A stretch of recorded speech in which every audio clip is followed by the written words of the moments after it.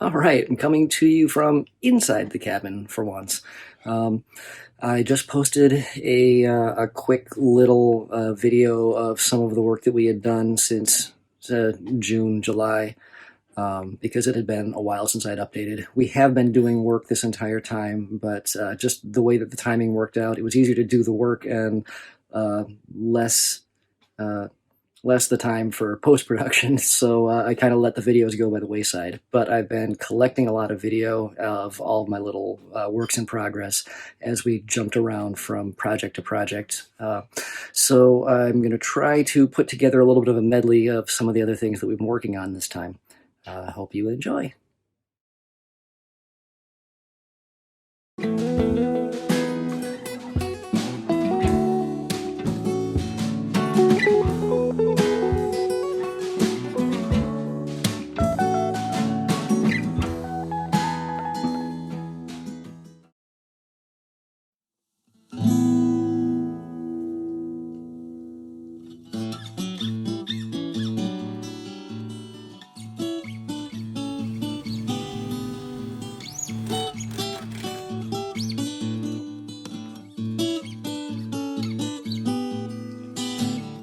Playing with tape and figuring out the beginnings of our floor plan. This is all subject to change, but we're at least putting right angles on the floor and making things, giving ourselves a visual indication of how much space we're going to have moving around here.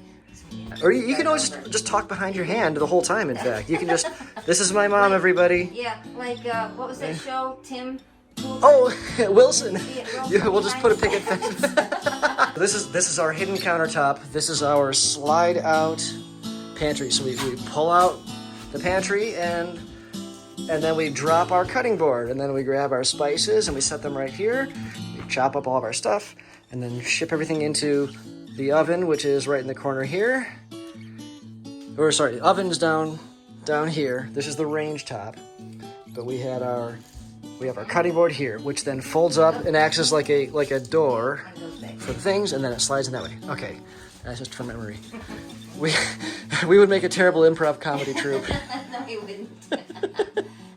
Okay, so this is our false wall idea. I'm having the electrical corridor is going to go straight up from here, but if we build sort of a little slant wall on the near side of our rollout pantry, what that means is the countertop is accessible, and then the range is in the corner here, and then everywhere in this triangle is actual shelf access to regularly accessible items.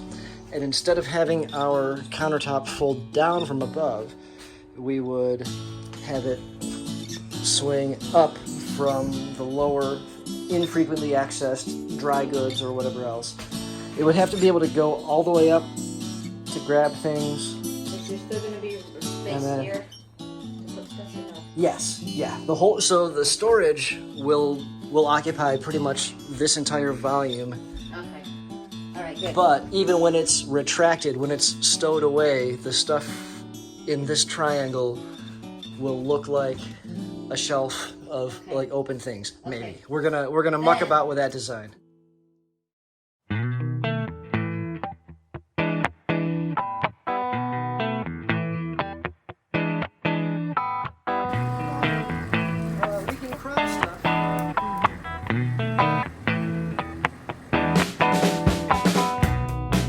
So, while I was working on my electrical wiring, I discovered that there was a problem with my brake light. There's a bundle of cables that run to the back of the bus, and they were responsible for the reverse lights, the backup lights, the turn signals, and the brake lights themselves. And it turns out that this guy right here is the electrical switch that's responsible for a couple things in the brake system, but in particular, these two wires in the front, the orange and the white, are actually the contacts that close when you push the brake pedal, and that's what illuminates the brake lights. So I traced the wiring harness back and did my best to find out whether there was anything wrong. The fuse was good in this fuse panel over here, and ultimately I ended up giving up on trying to find out why that one wire wasn't getting power. So what I ended up doing was just cutting the wire partway through and splicing in a 12-volt switched feed from this unused plug that happened to be in the back right by the firewall. So I had a DC common, a constant 12 volts, and a switched 12 volts. And I just ran a connector in, put it on the switched one, and ran that little orange wire up and kind of patched it in so that now we have power running through into this switch, and the result is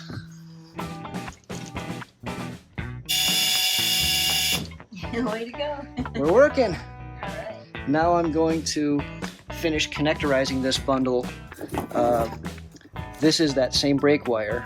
They had a connector for everything else, but this one was just permanently attached. So I'm going to set a couple of removable connectors here so that when we are doing work on the floor area in the back, we can actually just pull this entire thing off and remove it.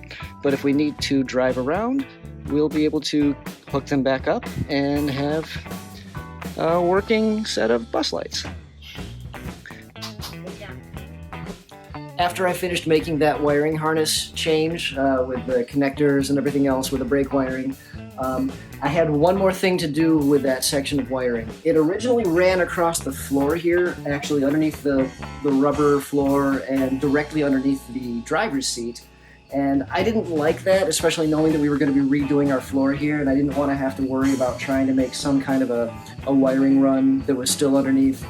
So while I was mucking around underneath dealing with the brake wiring issue, I found a gap which was going to allow me to actually rerun those wires up through an opening in the front of the dashboard, and I rebundled them and passed them up the A-pillar, and now they come around the corner here and they all break out to this point where everything is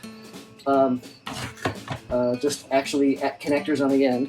And I'm going to have an electrical sub panel in the front corner of the bus here, because this is also a place where I wanted to have access to, constant 12 volts, switched 12 volts, to cover any of our electrical needs in the front, whether we have some outlets that are going to go in the front here. This is probably a cabinet area that we're going to build where we're going to have our Wi-Fi and our cellular modem, all of that fun stuff. If we do want to have a window in the front here and a backlight sign or anything, we're still making choices about that.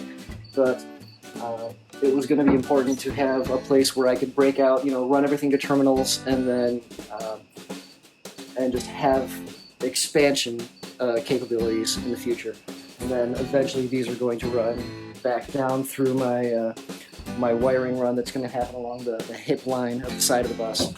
So that's one other thing checked off on the list, is that all the wiring that was on the ground is now running up top where I want it. So at the other end of things in the back, I did the same thing. I connectorized everything, so these are all depluggable now, and kind of bundled up the wires, cleaned them up a little bit, labeled everything, and now when the time comes to drive around, I plug this wiring harness into the front, spool it back, and connect here and also over here. And so these are just a little bit cleaner than they used to be. It was pretty messy wiring before, but now this bundle of wires doesn't have to be in our way all the time while we're working on other parts of the project, and then when the time comes to drive, we hook them up. I have received our new LED lights, so I'm actually going to be removing the original lighting very soon, and I'll put connector ends on these ends of the wires as well, so I can keep this wiring harness in place, pull the old lights out, put the new ones in, and just plug them into what's already here. So it's a little bit more work than it needs to be, but it's cleaner for my purposes. So yeah, we do what we can.